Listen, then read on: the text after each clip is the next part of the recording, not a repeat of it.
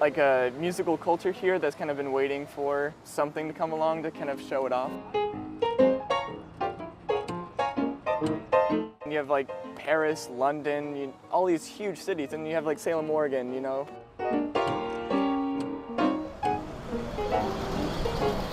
There's like a commotion you kind of have to keep up with.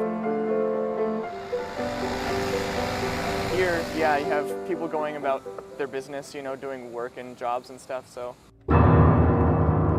That's how I started, is, you know, just getting on the piano, you know, just like bumping around and whatnot, and he's obviously enjoying it.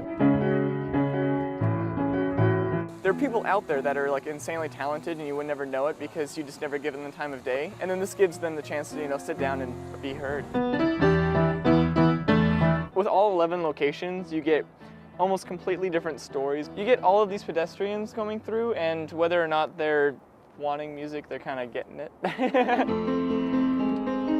You got people just chilling and relaxing and enjoying the weather, and then you have, you know, nice piano accompaniment and all that good stuff.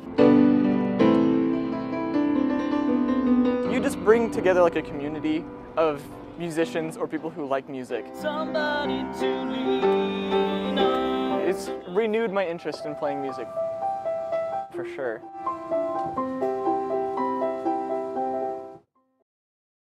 I like Gertie, short for Gertrude. And I think Lily would be a fabulous name for the new baby. I think the baby elephant should be named Cinnamon because I like elephant ears. Violet. Daisy. I just like the name. Lulu? I don't know. Friday, because it was born on Friday morning.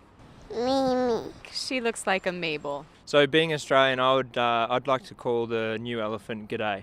I think it only follows that she should be Rose 3. Pinky. Etta. Etta. Luna? I think it'd be a really nice name for an elephant. Yeah. I said Tony. Dorothy. Dorothy? Okay, we're naming an elephant after our mother. I don't know. Jack. Eleanor. And you can call her Ella. The name is Binky. It's after my 2.5-year-old Binky. Kay. Calissa, because it's a mix of our names. Sean too. Aminata. I'm just trying to use something from back home. And we have a lot of elephants. Packy Jr. would be a good name for the baby elephant. I think it should be Sandy. That's me. Get face. Lucy, because it's my mom's name. Do old Bob. Ainsley. Ariana. Grace. First love. This is Sherry Hassinger's love story. When I was only 17, I met the man of my dreams. Her own love poem, written about her husband Arden. He had blonde hair and eyes of blue. He said softly, I love you. Words written in 1990, a time when Sherry still had faith.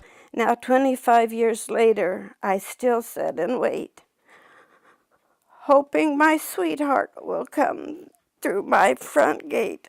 Instead of the hoped-for happy ending, Sherry's is bittersweet. I wanted him to come home alive, but I've had to accept that he's not. A fact that makes this love poem, written at a time when things were still uncertain, so hard to get through. I'll believe he's alive till there's proof he is dead. I'll keep the love he gave me on that February night we were wed. She has the proof now, resigned to how things have turned out. But that love?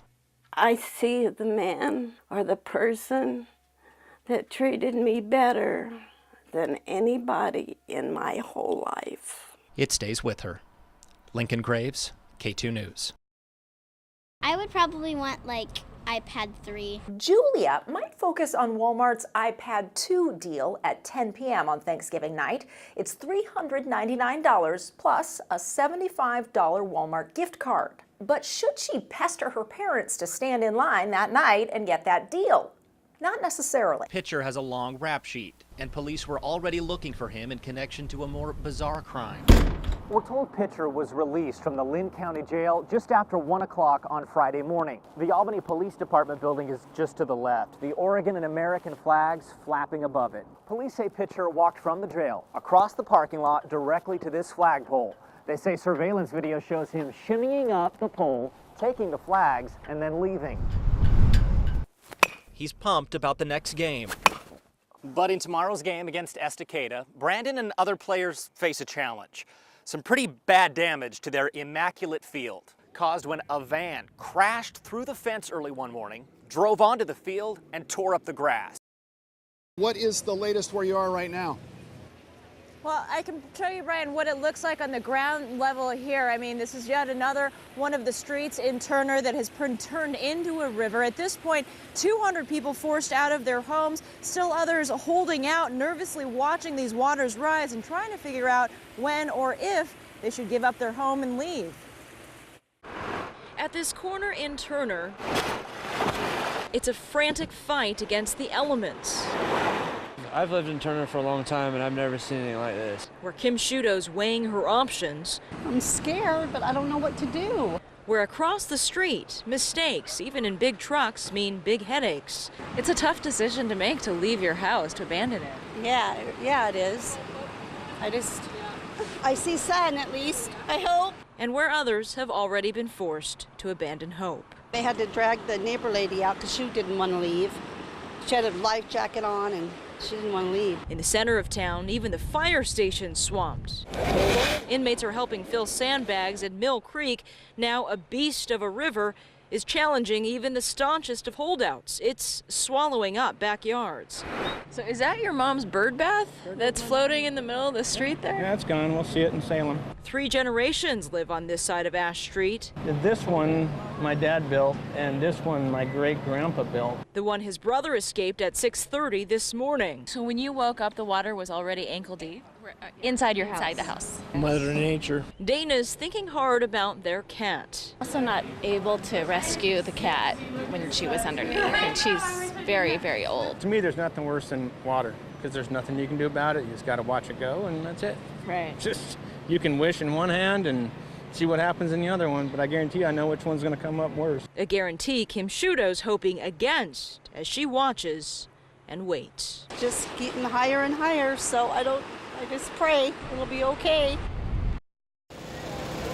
Nearly 60 firefighters raced to the 4-alarm fire, first spotted by the high school's head custodian. Just a bunch of flames coming out by a doorway. Mike Grubb found the fire raging inside a classroom storage area. That's when instinct took over. Couldn't tell what was burning. I just shot the fire extinguisher at where the flames were at, but couldn't knock it down. So we emptied an extinguisher on it. And by that point, the smoke was getting bad enough that we just needed to get out. Grubb cleared out so firefighters could take over as school staff worked to get students out. I didn't see panic with anybody because we were just following our normal evacuation. The entire community could see smoke rising from the high school for more than an hour. The extent of the damage is still unclear right now. The wood shop and metal shop suffered significant water and fire damage. And as for the rest of the school, there's still smoke, a little bit of smoke throughout the building. One of the things they're doing right now is they're going to systematically evacuate the smoke in those areas with fans so we can start getting people back in there to get their personal belongings out.